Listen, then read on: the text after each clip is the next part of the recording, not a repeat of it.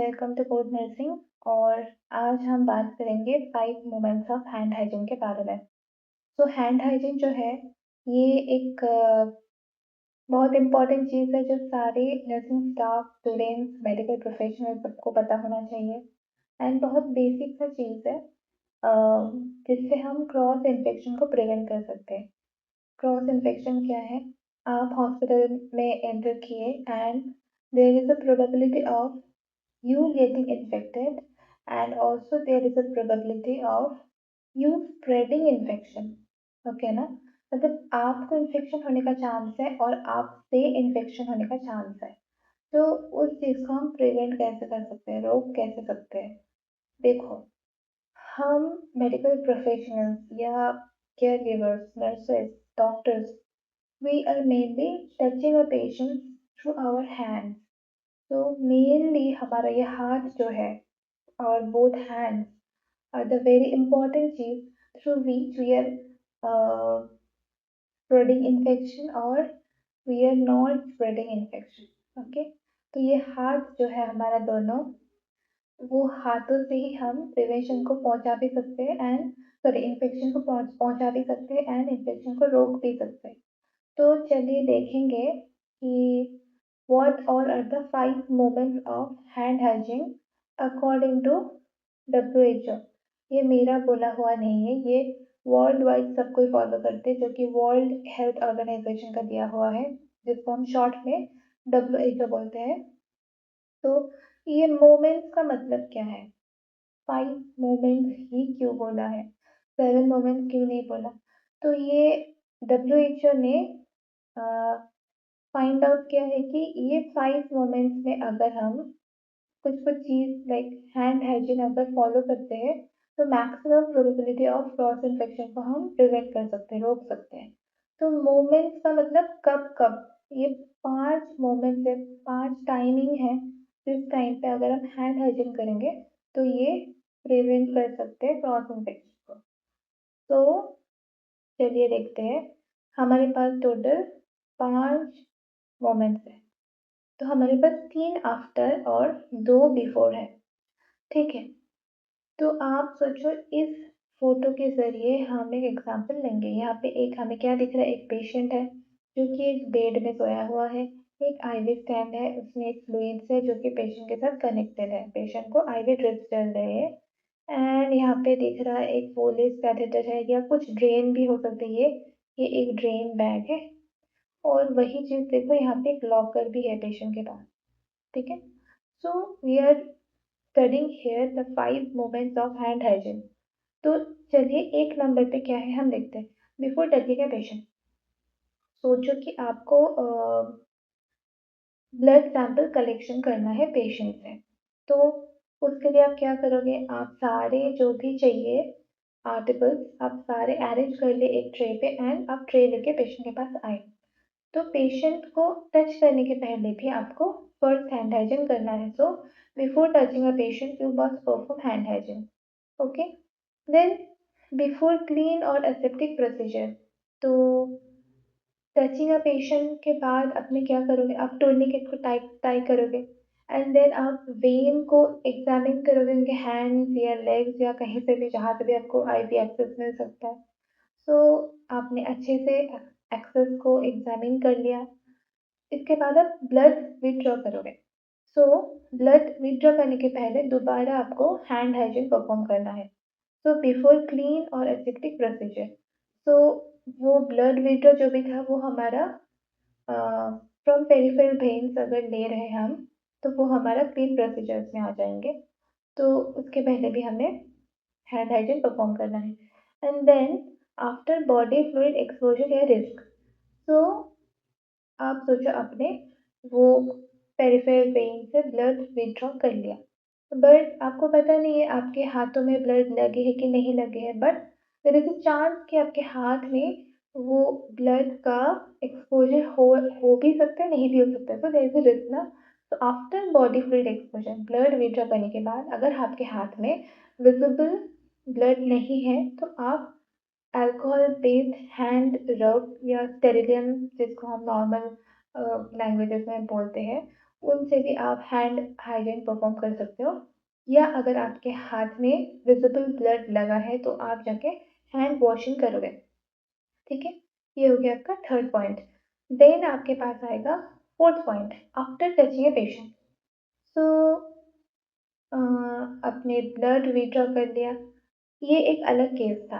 अब सोचो कि अपने ब्लड विड्रॉ करने गया एंड आपको बस टच किया, पेशेंट को टोurniquet टाई किया, एग्जामिन किया उसके हैंड, एंड आपको कोई भी प्रॉपर अच्छा वाला वेन नहीं मिला जिसमें आप कॉन्फिडेंट हो कि आप ब्लड ले सकते हो। तो आपने क्या किया, आपने सोचा मुझसे तो नहीं होगा, मैं जा रही हूँ मेरी सीनियर को बुलाने। सो एट दैट टाइम क्या करना है, आप ऑलरेडी पेशेंट को टच कर चुके हो। तो after touching a patient, before calling that senior for blood withdrawing, you must once again perform hand hygiene. Okay? And then सोचो कि जाते टाइम अपने पेशेंट्स का फाइल को चेक किया कि हाँ, डॉक्टर ने सच्ची में यही ब्लड टेस्ट करने तो बोला है ना, मैं एक बार कंफर्म कर देती हूँ। तो आपने क्या किया, पेशेंट का बेड साइड में एक टेबल में सोचो कि इनका फाइल रखा हुआ था, तो आपने दोबारा उस फाइल को देखा। So before also leaving that surrounding, after touching patient surrounding, यहाँ पे उनका जो फाइल रखा हुआ था उसको आपने टच किया था, तो वो टच करने के बाद आपको फिर से एक बार हैंड हाइजीन परफॉर्म करना है। ठीक है, आई थिंक आपको मेरे बातों से कुछ थोड़ा सा भी क्लियर हुआ कि कब कब हमें हैंड हाइजीन करना है। तो 3 after and 2 before, 3A 2B। So before touching a patient, before clean or any aseptic procedure, after body fluid exposure risk, after touching a patient and after touching patient surrounding। ठीक है, तो मैंने आपको एक example के through भी बताया जिससे आपको याद रखने में आसान हो। तो अभी हम देखेंगे हम हैंड हाइजीन क्यों कर रहे हैं हर एक स्टेज में, एंड उसका रैशनल क्या है, उसका कारण क्या है पीछे करने का हैंड हाइजीन को। First one is before touching a patient. When clean your hands before touching a patient when approaching him or her.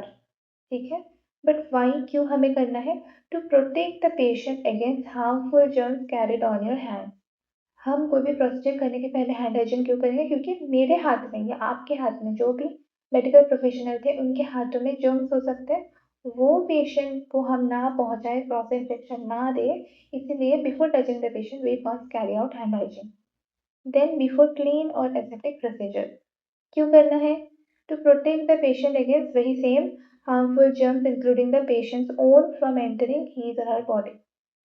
ठीक है, then after body fluid risk और एक्सपोजर, बॉडी फ्लूइड का रिस्क और exposure के बाद क्यों करना है, to protect yourself and the health care environment from harmful patient germs.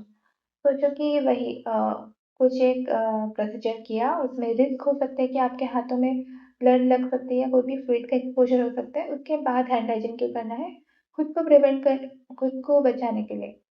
So to prevent yourself from cross infection and also patient का सराउंडिंग्स में आप इन्फेक्शन को स्प्रेड ना करो उसके लिए भी।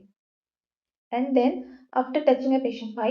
To protect yourself and healthcare environment from harmful patient germs.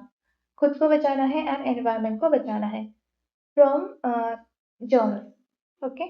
And then after touching patient surrounding, same to protect yourself and the healthcare environment from harmful patient germs. ठीक है, इतना तो क्लियर हो गया हो आपको। अगेन हम एक बार वो जो एग्जाम्पल मैंने दी थी उसको रिमाइंड करते हैं ताकि वो एग्जाम्पल आपको दिमाग में अच्छे से बैठ जाए, एंड दोबारा आपको ये 5 moments of hand hygiene by WHO हमें दोबारा पढ़ने का ज़रूरत ना हो, एक ही बार में ये पूरा रेक्टिफाई हो जाएगा। ठीक है, सो हमने एक सिनेरियो देखा कि हमें पेशेंट का ब्लड विड्रॉ करना है, डॉक्टर ने ऑर्डर बोला, वर्बल ऑर्डर दिया कि नर्सिंग ऑफिसर आप जाओ, नीता नाम की एक पेशेंट है, बेड नंबर 2 पे है, उनका CBC रिपोर्ट चाहिए हमें, तो आप सैंपल भेज दो। ठीक है, तो आपने क्या किया, सारा आर्टिकल्स फॉर ब्लड विड्रॉइंग आपने ट्रे में ले लिया, and then you approach the patient in his और हर बेड साइड। तो बिफोर टचिंग द पेशेंट आपको हैंड हाइजीन परफॉर्म करना है। हो गया एक पॉइंट। देन आपने क्या किया, टूर्निकेट को टाई किया उसके हैंड में एंड आपने एग्जामिन कर लिया। ठीक है, अभी आपने सोच रखा कि आप ब्लड लोगे। ओके, सो ब्लड लेने के पहले दोबारा आपको हैंड हाइजीन करना है, तो बिफोर क्लीन और एसेप्टिक प्रोसीजर। ठीक है, अब आपने ब्लड विड्रॉ कर लिया। तो वाइल ब्लड विड्रॉइंग, उस प्रोसेस में देर इज अ रिस्क कि आपके हाथ में बॉडी फ्लूइड का कंटेमिनेशन हो सकता है। तो अगर आपके हाथ में बॉडी फ्लूइड का कंटेमिनेशन हुआ है, विजिबल है, दिख रहा है आपको, तो आपको जाके सोप एंड वाटर से हैंड हाइजीन परफॉर्म करना है, हैंड वॉश करना है। अगर विजिबल नहीं है कंटेमिनेशन, तो आप अल्कोहल बेस्ड हैंड ड्रॉप से हैंड हाइजीन परफॉर्म करोगे। ठीक है, and then after touching a patient file, sorry, after touching a patient, तो उसके लिए हम और एक सिनेरियो सोचे थे कि आपने टूर्निकेट टाई किया हाथों में, आपको विजिबल वेन्स नहीं दिखा, आपने सोचा कि मैं सीनियर को जाके बुझाती हूँ। तो तो उसमें क्या हुआ, after touching a patient, patient को आपने ऑलरेडी टच किया था, तो टच करने के बाद जब आप जा रहे हो उस टाइम भी एक बार हैंड हाइजीन करना है विद अल्कोहल बेस्ड हैंड रब। एंड अब जाते टाइम आपको याद आया कि डॉक्टर ने वर्बली तो बोला था, बट रिटन ऑर्डर में क्या लिखा गया है, और भी कुछ एक्स्ट्रा टेस्ट तो ऐड नहीं किया है, मैं उसको दोबारा देख के जाती हूँ। तो आपने पेशेंट के टेबल में रखा हुआ एक फाइल को पढ़ लिया कि हाँ यही टेस्ट है। तो फाइल जबकि आपने टच कर लिया जो कि पेशेंट सराउंडिंग में था, तो दोबारा आपको एक हैंड हाइजीन करना है। So before touching a patient, before clean और aseptic procedure, after body fluid exposure risk, then after touching a patient, and then lastly after touching patient surrounding. Okay, so यही था आपका 5 moments of hand hygiene. I hope you people get to understand what does this 5 moments of hand hygiene mean, and which is given by WHO. Okay, save lives, clean your hands. Okay, that's it. Thank you.